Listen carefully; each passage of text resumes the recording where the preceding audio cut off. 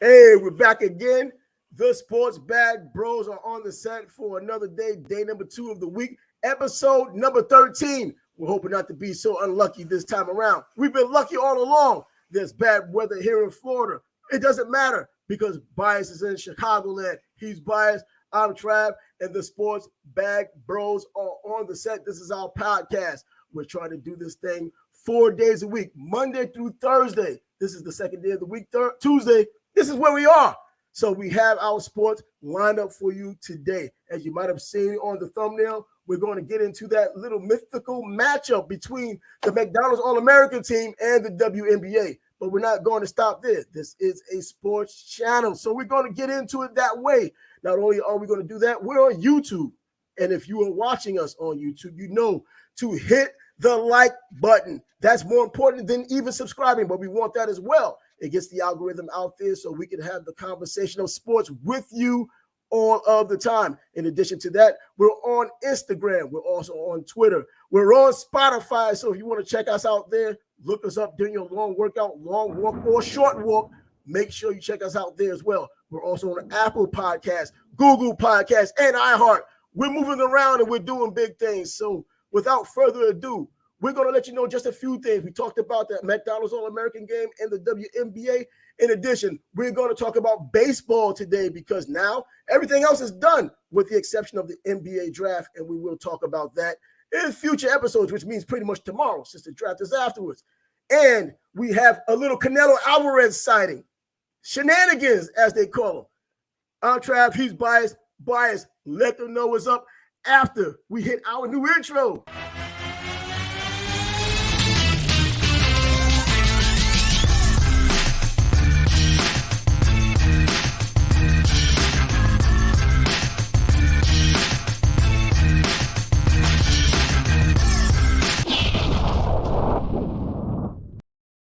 You know what? We're back. Bias, hit him up. What's up? I just want to see the clips you got ready to roll. You know, there's a lot to say about, you know, in the world we live in nowadays, people identifying as something that they weren't born as. Mm-hmm. And so, you know, that naturally, when a man competes against women in the women's sport, that changes things. And so here we are, you know.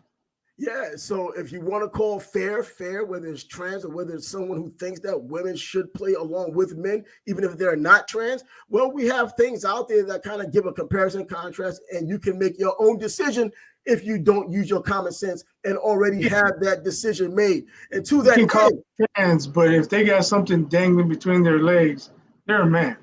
Exactly. There's times where social issues do intertwine with sports. We've seen it throughout sports. We've seen that happen so often, but this is a different world. We're not even talking about a social issue in terms of like back when Joe Louis was fighting, you had the Nazis and you had the Americans, or even when Ali fought Frazier, you had the Vietnam pro and Vietnam against and civil rights all together. This is not even that.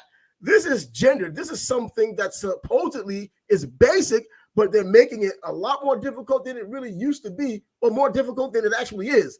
And to that end, the McDonald's All-American team, no matter which one you come up with, I decided to come up with the 2023 team, so there's some highlights there, but I also decided to come up with a few things from the WNBA so you could see the comparison and contrast of the way the game is played and the way you want to see it. Whether you're a man or a woman or whatever you're identifying as, you want the best of the best. And to that, we can go to this, clip of the WNBA and their highlights, for lack of a better term. NBA is the most competitive league in the world. Nobody's really retiring, and every year it comes in great talent. So it's the highest level of basketball. And if you love basketball, you love the WNBA. Jones trying to put this one away. Jones going to work. Bruh. A turnover at the top of the key to your rubber crack, and she passed that to us, Mary. So that Juana Bonner, Christy Tolliver, Kayla McBride, and Simone Augustus out there for Team Deladon. And her left alone. Can't put down the jam. She cannot. Cloud up the floor. Tolliver. Nice pass to Atkins. Too strong. Got caught under the hoop. I didn't know you could use the Shaq and the Fool highlight clip. Very nice. And I know you guys FaceTime with Neck at practice yesterday. Oh, yes. So you know what's funny? When she won a championship, she actually, and this was here, I was in China, and I wanted to be there so bad. But she actually FaceTimed me. Oh, look at that defense. I can't believe it. Lockdown. That's teammate on teammate crime right there. Yeah, journey, Holly, and you feel so good that her persistence is paying off. As Howard just blew the bunny, and the second one. And now they're going to jockey underneath, and it's out of bounds off Phoenix. Great point as Natasha Howard has been outstanding this entire year, averaging 18 points and 8 rebounds. And that's one way, but oh my gosh. That's what we have. You should have warned me you were using Shaq and the Fool clips. Bro, this is what we have. Actual highlights, man. This is the comparison that people are making, saying that we're equal. I mean, a little bit of testosterone or a little less testosterone isn't going to make someone on the court better. When they talk about, and especially when you look at the way many are talking about the NBA, WNBA, especially the WNBA players, they need to get paid on the same level as NBA players or even close to it. That is not a possibility based on basic economics of what comes in and what goes out. There aren't enough people watching the WNBA. They don't generate the cash to pay the players even the minimum of what NBA players are getting. When people want to watch the best, they want to watch the best of the best, not typically the best of one gender. You know, to be the best, typically, you know, you're going to be a male in these games where it comes down to being physical and just simply being better. And that's what we have right now. There are women's sports that you can enjoy, which I actually do enjoy.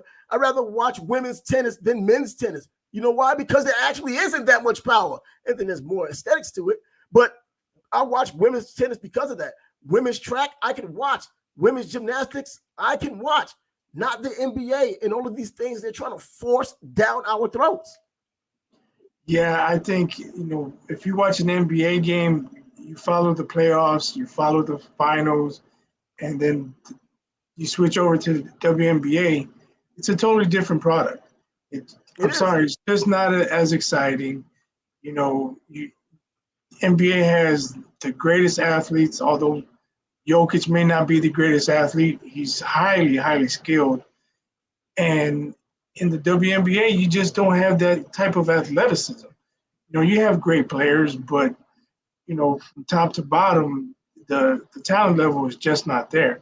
And you mentioned it, economics. You can't get paid what NBA players are getting paid if you're not generating the same revenue. Well, when you talk about great players, it has to come with a relative. It's relative because, I mean, great players for women, we have to really use that when we're talking about something like the NBA, when you compare one to the other, because there isn't anyone in the WNBA that has the ability, even if given the opportunity, to go to the NBA and be even the last man on the bench. That's possible. That's not, I don't think it's possible right now in terms of overall talent. Brittany Griner is a heck of a talent. I thought she was probably one of the best female basketball players I've ever seen. If you watched her at Baylor, and she's been successful in the WNBA, forget all of the off the court nonsense, but she's been successful in the WNBA, but the talent she has is not even close to what the worst player in the NBA has. I mean, guys, we probably would never get a chance to see other in summer league. She's not as good as those guys. Do you think, especially now in today's social climate, that if there was a player who was capable of playing in the NBA that was a female, they would allow it? Of course. They want to be the ones that say we give everyone opportunities, because it also means more eyeballs. It also means more money. It also, you know, under this environment, it's more woke than anything. They would love to have that happen. They're not getting into the NBA because they're women. They're not getting into the NBA because they aren't good enough. That's as simple as it gets. Now, the premise of this post, or the premise of this topic right now, is the McDonald's All-American game. These high school kids who aren't even men yet are better than anything the WNBA has to put on the court. How do I know? Because if not for the rules, those guys would get an opportunity in the NBA in the first year coming out of high school. We've already seen it. Even if they stay on the bench, they're still going to get in. Kobe didn't blow up into his third season.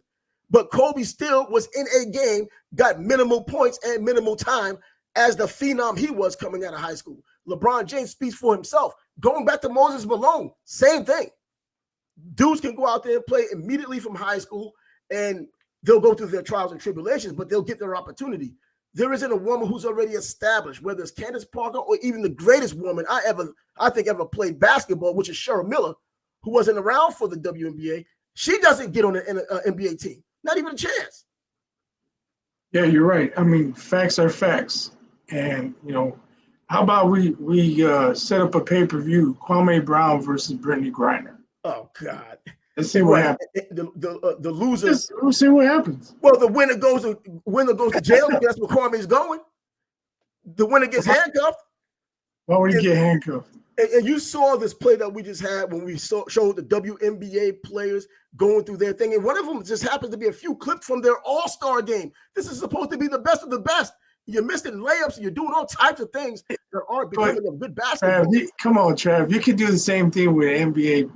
Yeah, absolutely. Look, I took the liberty to take lowlights and not highlights, but we've seen this happen way too often. There's a lot more lowlights coming from the WNBA with so many rules being different, smaller ball and all that, and we're still getting this on a consistent basis. So that leads us to high school kids. We're not even comparing them right now to NBA players. Here are the high school kids we're talking about. Comes the West. Holland, one of two native Texans on the floor tonight, and McCain drills at the future Duke Blue Devil. As you mentioned, a tremendous prospect. You see his length defensively and how he can make things difficult. And he's getting after Ron Holland right now. Stojakovic. I think we've seen this before. He's going to find you. He's going to pass it away from the defense. You got to be ready when you play with Collier. Cody Williams, the elevation for the future Colorado Buffalo. Up than he is with his back to the basket. He's got a legitimate three-point shot. Omaha Blue feeds Bronny James, who drills it from deep. And he loves there you go with Dad courtside.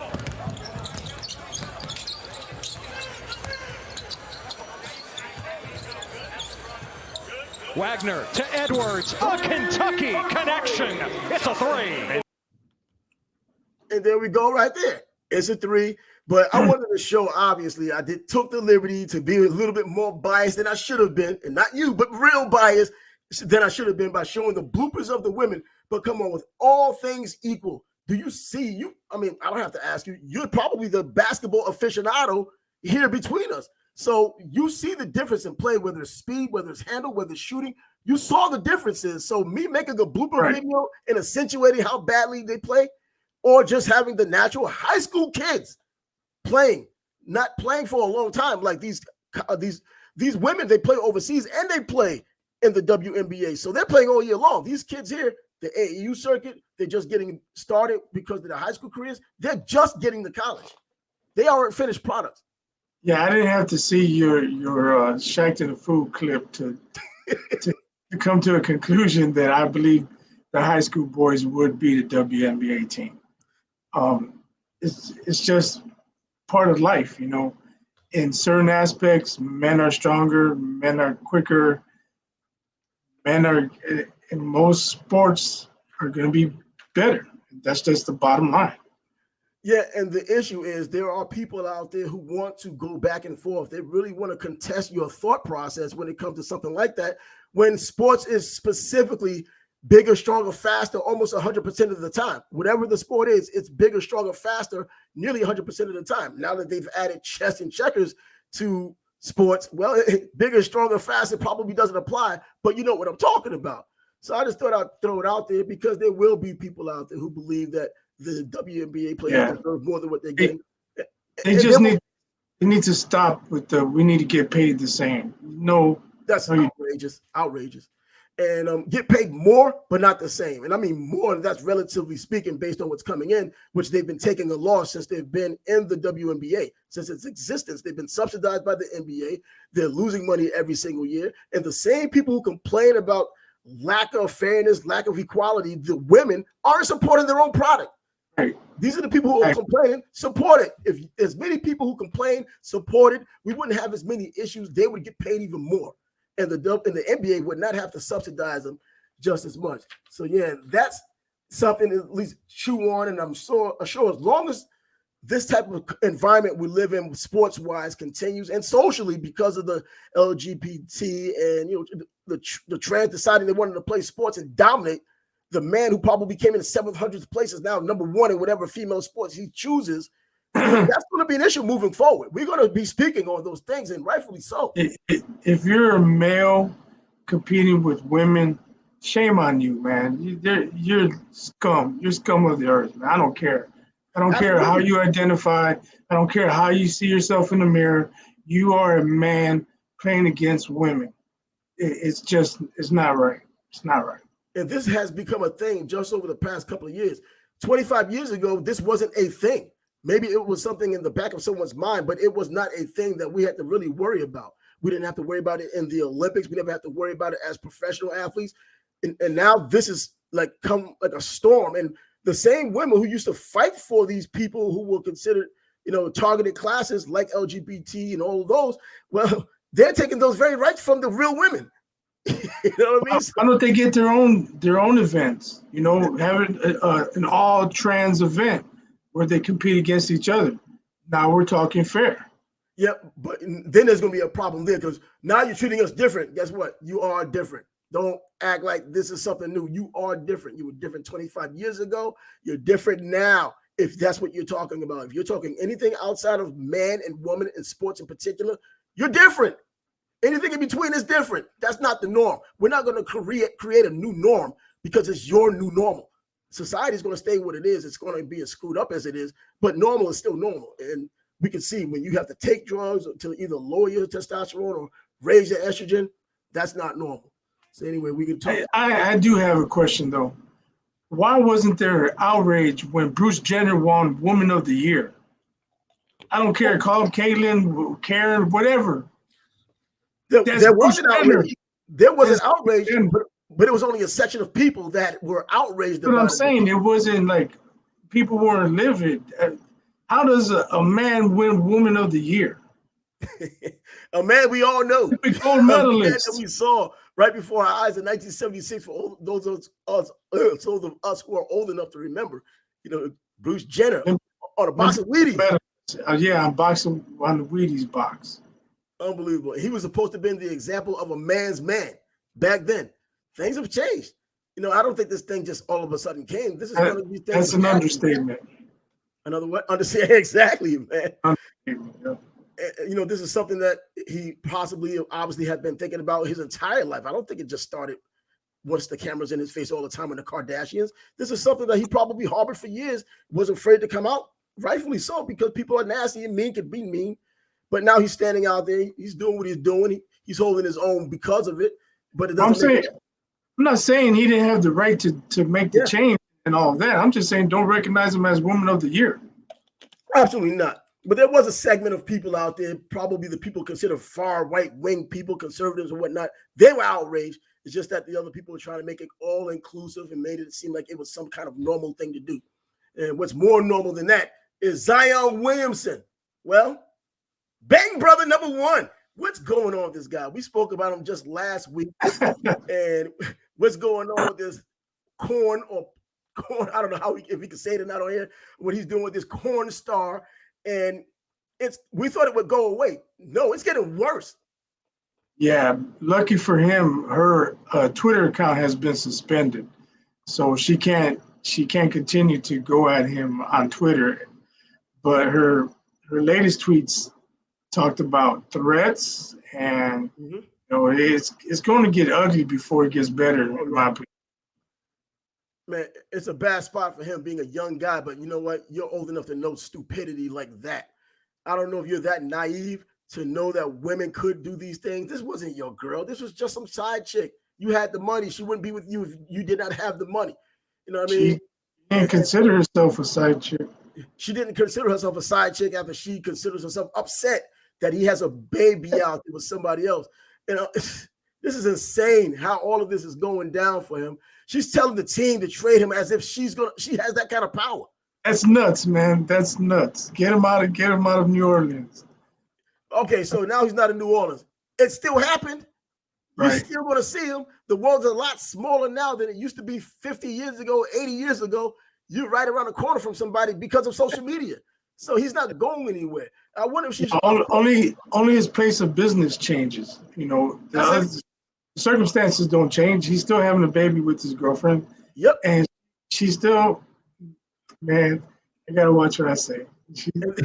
That's another bag of worms right there. Not a box of worms. This is a bag of worms. The one he's actually having a baby with. There's going to be issues there.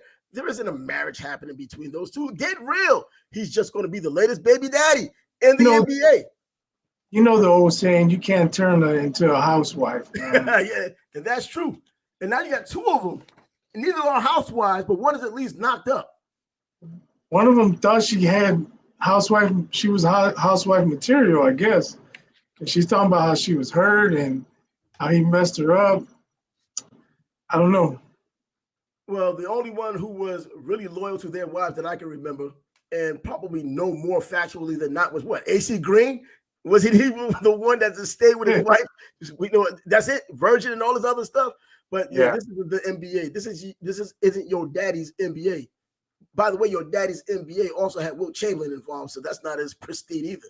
So Zion Williamson turning the page in the Bang Brothers book. And too much off the court stuff going on with Zion, man. And that's another thing. He's got to get himself healthy, in shape, get back on the court, and be, play like the number one pick and the superstar he was supposed to be. And the talent is there. We see because when he plays, he plays well. It's just he's just not healthy all the time. Yeah, now we see why. See, the health part is one thing. The in shape part is another. He should be in shape. He's just not healthy because he's doing a lot of work. He's just not healthy. That's all it seems. So this guy, Zion Williamson, man, he seems like such a nice guy. Just like I said, good luck to John Moran. Good luck to Zion. I hope it all works out in the end, but he's got to help himself too. These guys are supposed to be the faces of the NBA moving forward, the new generation. When Steph, a good guy on paper, seemingly a good guy in the public, obviously moves on, and all these other nicer guys move on. This is supposed to be what we're left with. Those guys, it's going to be like a rerun of the late 90s when the NBA was going a little rancid. And when Jordan left and there was really no face of the NBA and they just kind of ran amok. So hopefully it doesn't get there because it's supposed to be a game. It's supposed to be fun and kind of fan-friendly, family-friendly, building families now, and it's not that friendly though. So Zion Williamson, once again, on our radar, and I'm sure it's not the last time. We will be talking about him in the offseason because something else is going to come up, whether it's the videos themselves or something else, because he just can't see. Just because her Twitter account don't mean she's going to be silent. She can go. She probably has IG Live. Who knows? She might be sending emails. You never know. Send emails to everybody, get the word out. So Zion, get it together because we want to talk baseball. And the reason why we want to talk baseball because it's a historic time in Major League Baseball right now. Once again, so it's not just exclusive to right now. Ohtani, Shohei Ohtani. Tell me, man, this guy, a phenomenal player, a generational player. I don't think he's even generational. He's a once in everyone's lifetime player. Definitely. He dominates at the plate. He's well above average on the pitcher's mound. He's got 6-2 record. He's got like a 3.3 ERA or so. Very respectable. Not dominant, but he does average 11.5 Ks per 9 innings. His WHIP is 1.05. So, he gives up a few runs, but he's hard to hit. And, he's got 24 home runs. He's right there at the top of the league in RBIs. He's got speed for days. Bases, bro. Dude is incredible, man. I don't think there's any doubt he is the most talented player in the league. Oh, you know what? Most talented player in a long time. So he's 6-2 right now, right? I think 14 starts. Yeah. So let's project that out to the end of the season. He might end up with maybe 17, 18, 19 wins. That's a solid number 2 starter. While he's playing the outfield every other game. Man. What if he was a full-time pitcher? And concentrated just on pitching. Exactly. The way he plays, I mean, I remember, and I'll tell you, I'll be honest about, I didn't think that was a big deal. He's pitching and playing, so what? And then when you really think about it, because I'm saying so what because he's not a Yankee. It's always easier when it's not your guy. So what he's doing? You know what? Babe Ruth did it about 100 years ago. So he's dominating everything. And by the way, he's the best player on the team that has Mike Trout. You don't hear too much Mike Trout news anymore because he's taking up all the headlines, and rightfully so. He's stealing bases, which is a lost art in baseball. You know, no one steals bases these days. Now you got, even Ronald Acuna with the Atlanta Braves stealing bases. The only player to have stolen as many bases and gotten hits and home runs and bases in the first 70 games in the history of baseball. That's saying a whole lot when you're talking about what he's leading in. I mean, but back to Ohtani, man, what more can you say? I mean, yeah. And what did you say yesterday? We got to touch on what you were talking about yesterday. Yeah, I just had the thought, like, I would love to see him hit a go-ahead home run in the 8th inning and then come out and close it out in the 9th. I don't think that's ever happened, and if he ever does it, I don't think it'll ever happen again. No. He may never do it, but, man, you talk about something that would be really special, you know, to get the game-winning hit at the plate and then come get the last 3 outs or just the last out, whatever it is, to close the game. Wow, that would be freaking amazing. And that's a real possibility because no one's doing anything like that. You know, Babe Ruth used to do that. And once again, about 100 years ago, he was doing that kind of thing. But the domination that he's showing in today's baseball, when it's all about power, people striking out all the time, he's doing everything very good, some things even excellent. It's not like he's a jack of all trade and almost mastering all of them. That's how it's coming down. We could even say, what if he wasn't a pitcher and he was just a full-time hitter? Yeah. If he just concentrated on hitting, would he be an even better hitter? Exactly. You know what? That leads to our next guy because concentrating on hitting and then getting himself up there batting average wise and possibly at 400, like our guy, Luis Arraez for the Florida Marlins, chasing 400, went back down, chased it again. Yeah, before we started tonight's episode, he was 0 for 1, so he was down to 398. Okay. You know, I'm a little reluctant to talk about it because last time we talked about him specifically, he dropped down to the 370s. He had to have some 5-hit games back to back or 2 out of 3 to get his average up. You know, that's difficult. 5-hit games, that doesn't happen often. So, you know, we talked about it before. The man can hit, makes contact. He rarely strikes out. You know, he always gives him a shot. He gives himself a shot to get a hit because he puts the ball in play so much.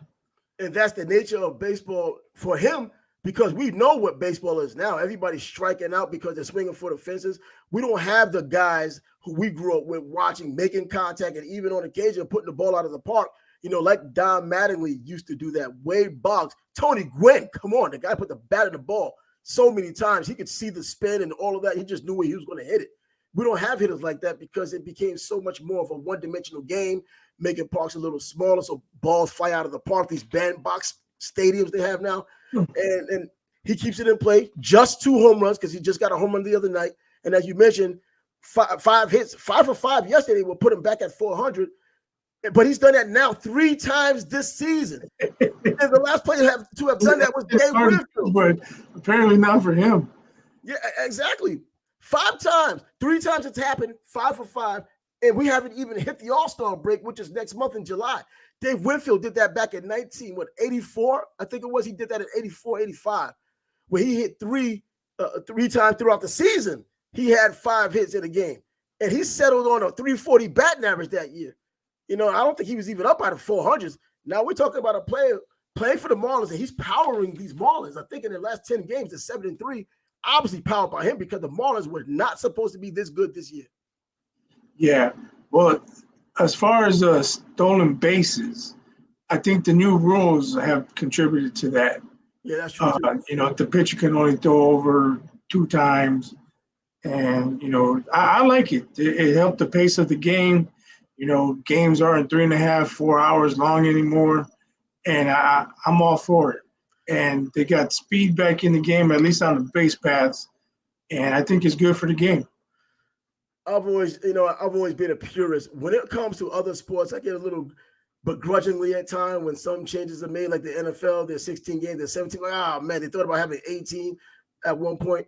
But baseball, when they make their changes, it really hits. I don't know why, because it's a Yankee fan thing, watching baseball for so long. And baseball purists don't like that kind of thing, even though it speeds up the game. Guess what? I guess the game isn't supposed to be sped up. So that's why people get a little upset with it. But I'd rather have things happen naturally. Like when Ricky Henderson was on the pads, those things happen naturally. You know, I remember when Scott Podsednik was leading the league of stolen bases. That was natural. It wasn't people, well, we have to do it. And that's what we have right now, but it doesn't take away from what people are doing at the plate, you know, or in the field. You know, you got to be on your toes a little more now with people running the bases the way they are, being put in position to run the bases. So I guess it makes baseball more exciting just by doing that. I'm just one of these begrudging old folks that just wants to see baseball stay what it once was. Time be damned. The thing about Arias chasing 400, you know, at some point, if he wants to finish at 400, he's going to have to be well above 400. Because, you know, I was thinking the same back a couple of hours ago. 103, 104 game, that's going to bring you down, you know, unless he's going to have a 58 game hitting streak, you know, which is very difficult to do, but probably won't happen. Yeah. You know, he's going to have to get his average up probably around 415, 420 to so he can absorb those 0 days. Because he's going to have some 0 days as the season goes on, as you know, especially now with the Marlins actually being formidable, being in the position to be a playoff team. I mean, the way they're playing right now, I mean, they are in that position so far. But we've also seen teams in the past that start off hot and the traditional cellar dwellers go back to being cold teams. I hope it doesn't happen for the Marlins because I like that little thing that's going on sports-wise in South Florida. We had the Florida Panthers. We had the Miami Heat. Now we have the Florida Marlins. It's a nice little storyline. Not Titletown USA like Boston used to have just a couple of years ago, the Celtics and the Bruins and the Red Sox. You know, but still, it'll be a nice thing for the Marlins. And this time they're doing it legitimately. No fire sale or overpaying people to get something done. They're doing it right. So I guess Derek Jeter left them in good hands. Yeah, I don't think it's his. I don't think it was his fault. But anyway, look what the Reds are doing. Who? Reds. The Reds, exactly. The Cincinnati Reds. That was the next one. The Cincinnati Reds on a 9-game winning streak with a real possibility of going to 10 games tonight because they're taking on the Colorado Rockies at home. They're not playing at Coors Field. And the reason why I say it like that is because it's a 10-point over-under, 10-run over-under in that game, even in Cincinnati. That's how bad Colorado is when it comes to giving up runs. Yeah, and you know what's amazing is Joey Votto comes back like he didn't miss a beat, going yard in the double. And Ellie De La Cruz, man, that kid, the rookie, bro. Yeah, I hope the Reds stay competitive and you know in the mix because we'll see more of Ellie De La Cruz. You know, if they fade off, you know, 4th place, 5th place, you know, we'll be saying free Ellie De La Cruz.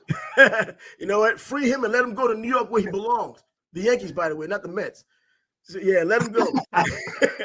But you know what? Exactly. You know what is more astounding to me, and I'm telling you, that the Latino Hispanic population in the Major League Baseball and the way these players come through their pipeline from some of them from the very impoverished countries, and they come to the major leagues and they're just dominant like this because he's from Santo Domingo.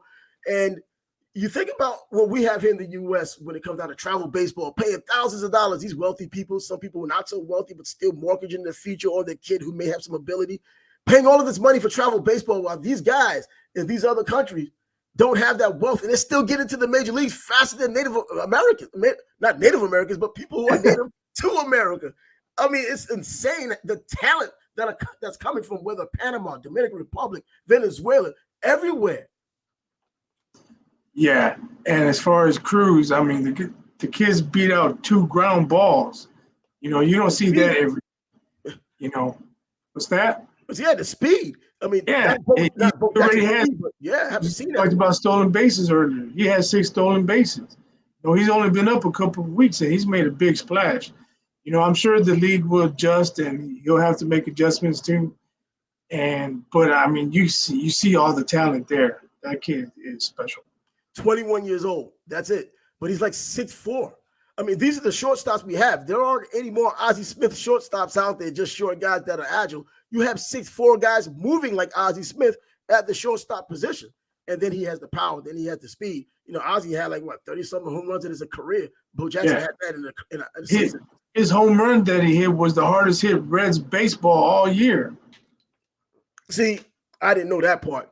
You know, it was like 114 exit velocity. Hardest ball any Red had hit all season long. And that's saying something. And I'm glad that the Reds, you know, it's always a good thing when the Reds are playing well. You know what I mean? With their history of being baseball's #1 team at one point. You know, it's a nice thing right there. And then to see how baseball is as the true international sport, because it's so diverse now with the players that are playing in there. And I enjoy watching baseball. You know, some people today just say they don't like it, it's too slow, or they just don't like it, you know, because for whatever reason. I don't know why people could not like baseball, but that's always been my sport, not even just being a New Yorker. I watch it down here in Florida in the minor leagues. We have a AAA affiliate. I go to their games. So, yeah, I've been watching baseball regardless of how they're serving it. For me, baseball is the only sport where the lower the score, the better the game probably is, because you're talking pitchers dominating. Yep. You know, I'd rather see a #1 versus #1. You have them battle, you know, for 9 innings and a 1-0 game. To me, that's exciting, because every at that point, every at bat counts for something. You know, if one pitcher walks a guy, like, he's starting to lose it, and then he gets the double play and gets out of a jam or potential jam. Yeah. You know, especially if that's your team, or if it's a playoff game, forget it. You know, you're on pins and needles the whole night. Oh, absolutely. And the playoff games is probably where you get something like that, because the best of the best are typically at that point where you have your aces going against another ace, or even your #2 for that season might be some other team's ace, but he's your #2 because your team is that good. You get those kinds of games. In today's baseball, when teams don't go too far, or pitchers don't go too far from the 7th inning because of the middle relief and closer, that's the culture now. We don't have complete games like years ago. But, yeah, when you do have a nice game, especially when it's at the right time, because in the beginning of the season, you know managers aren't going to let even a perfect game or a no-hitter go, because it's too early in the season. You want to wear down someone's arm. Which counts. You know what I mean? So in June, July, we're going to, you know, if someone's hot like that, we'll get a chance to watch it. So, yeah, pitchers, duels are good. But, you know, sometimes home run derbies are good, too, because you get a lot of souvenirs of nothing at all. I mean, best case scenario, you get souvenirs from a bunch of balls getting hit in the stand. So I don't mind a little 14, 15 action with 35 hits throughout the entire game. That's college baseball. That is aluminum bats. Yeah, aluminum bats. You know, those things will kill you. I mean, I haven't seen anyone get killed in person, but I know those aluminum bats. That ball gets after you. I don't want to see Major League Baseball players. Aaron Judge hitting an aluminum bat. Come on, man. I think we'll be going. McCovey Cove, if he was over in San Francisco, it might go into the Hudson River from the Bronx if he had an aluminum bat. But anyway, touching on that baseball, man, it's getting hot. I like the storylines that are also here in baseball. I mean, you know, going back to Ohtani for a minute, looking at what he had done last year, I think he probably arguably still could have gotten the MVP over Aaron Judge in the AL, even though Aaron Judge had his 62 home runs. Yeah, you know, it probably came down to the Yankees had success and the Angels didn't. And so that's probably where most of the voters' mindset was, or where it was, But if you put them right next to each other and you ask, and you don't know which stats belong to who, you ask someone, who do you think is the MVP? A lot of people would pick Ohtani's numbers, probably. Yeah, that's true. And I see no problem with that, man, because you know, I'm a big Aaron Judge fan. He's now the captain of the Yankees, but I can see now, thinking back on it, because I wanted him to win. Just a couple of weeks ago, you were talking about his toe and why is he missing games? Well, he's missing games now because of his toe. Even though, you know what, you get paid that kind of money to suck it up, but I understand you want to protect your investment. It could get even worse. You know, hey, it is a toe and it's a pain in the butt. Football players, the toughest guys.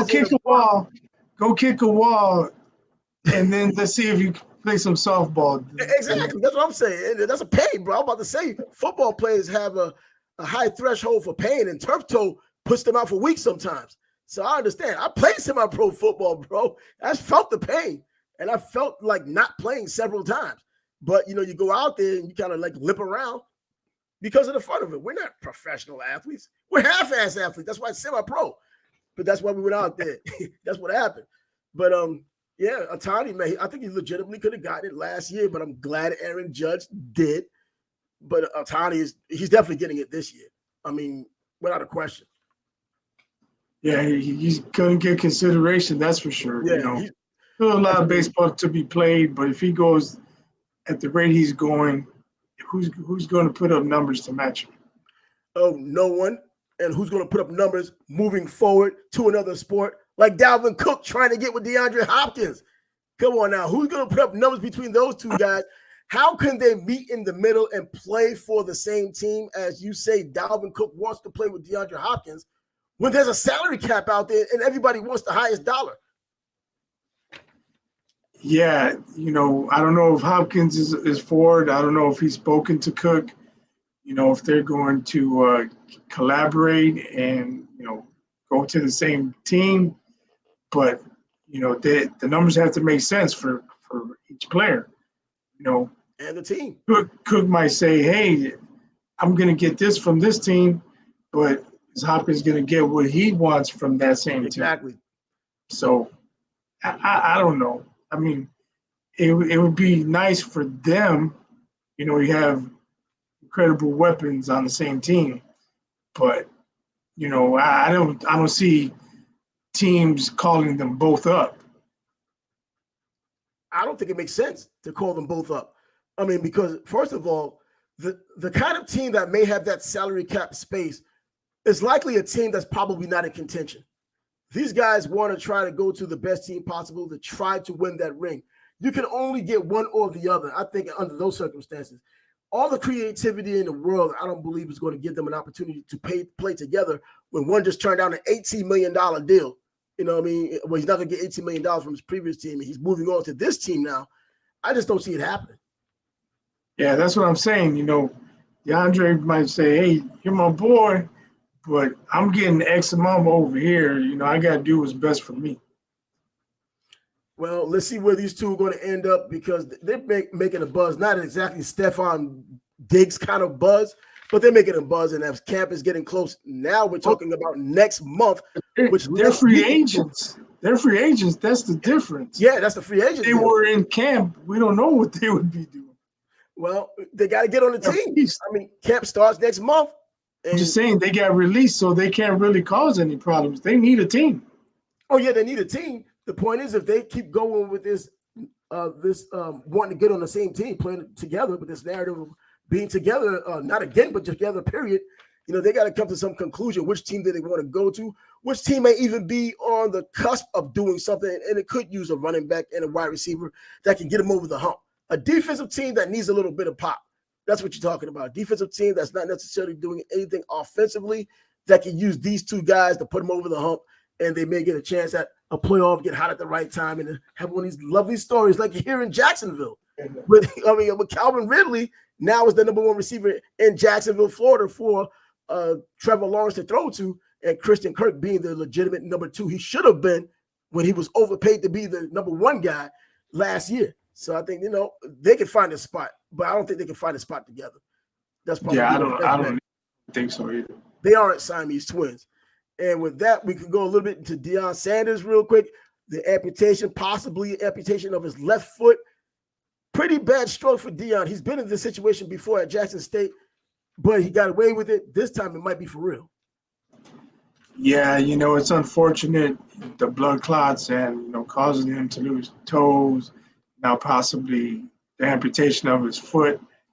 I haven't heard reports, giving updates, but it could possibly be affecting, could possibly be affecting recruiting.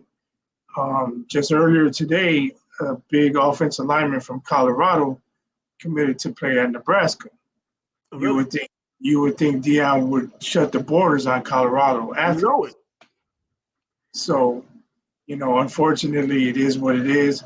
Hopefully, he doesn't lose his foot. But, if you're a recruit and you hear this, like, is Deion's going to be the coach next year or in 2 years? It's a question. Yep, and hopefully his foot does heal, and hopefully he doesn't have to get it amputated. And if it's not amputated, he can go to boxing and use it to put up Canelo's butt. What has he been doing lately? This guy here, I used to have so much respect for him. Not that I disrespect him now. I just don't like what he's doing. Unbelievable. I'm just trying to tell you people. Unbelievable. I'm tell you people. He's a diva. You know, he loses, gets his ass whipped by Bivol, and then tells Bivol, same terms. Bevil's like, same terms? No, let's fight for your belts this time. Oh, no, I don't want to fight for my belts. Yeah, because he knows he'd lose them all. Yeah. Now he's trying to pull shenanigans with Badu Jack, and Jack says he ain't having it. And he told Canelo, man, fight Benavidez. Give the fans what they want. And he's already on record saying he don't want to fight Benavidez. And that's so ridiculous. What are we looking at? What are we going to get? A Caleb Plant rematch? Charlo, I can take the Charlo fight if they call it out. Ain't going to happen. That ain't going to happen. I would like he ain't fighting Charlo. He ain't fighting Andre. And if it signs, then I'll come out here and say, okay, good. I was wrong. But right now I'm saying that dude needs to find his balls. Yeah. Oh, man. I had a lot of respect for Canelo for a lot of years. And I didn't make excuses for him, but I rationalized the things he's done along the way. Hey, everyone has a belt. He was fighting a champion. Bro, that's not what it's about. You're trying to make Badu Jack come down 20 pounds. You're trying to pull a Jake Paul against Rockman Jr., bringing a guy down in his weight almost to an unhealthy weight. But history. Right, so he wants him to come way down, but Bivol volunteered to come down to his weight, 168. He didn't have to coax him or try and convince him, hey, come down and fight me at my weight. No, Bivol said, I'll come down there and take your belts. And he said, no, thank you. No, thank you. Got my ass whooped once, not again. No thanks. Yeah, because that fight wasn't even close. That fight doesn't even command a rematch. But I think the ego's in the way. He wants it on his terms because he wants to try to drain him. We've seen that kind of thing happen before that didn't necessarily drain the fighter to where he was competitive, and that was Chad Dawson fighting Andre Ward. When he said, I'll come down to 168, he came down there and got knocked out. And then he made excuses. I'm not really 168. Come on, but I don't think that's going to happen. You know, Canelo DICK writers are going to say he's the A side. Bivol should take the fight the same terms. You're not the A side when you got your ass whooped. Exactly. Well, you want the match, you're going to have to make concessions. A side in dollars and cents, because ultimately it comes down to dollars and cents. But the one thing about these European fighters, it's not about the money, as you've seen with Usyk. It's not about the money. Loma, it's not always about the money. They will give you your concessions to get their revenge or to get the fight they believe they need to make a legacy. Legacy really means more to them than 2-hour American fighters these days. Yeah, Bivol doesn't need to beat Canelo again. No, he doesn't need the rematch. Nah. If it happens and he beats him again, they're like, oh, big deal, you beat him again. That's it. That's what it's going to be. Right. So that end, we get out. That's those stupid terms. Crazy terms, man. You're trying to jeopardize someone's health. And I understand it's boxing. Sometimes they don't give a damn about your health. We've seen that too many times as well. But this time, it's all on Canelo. And it's not a good look.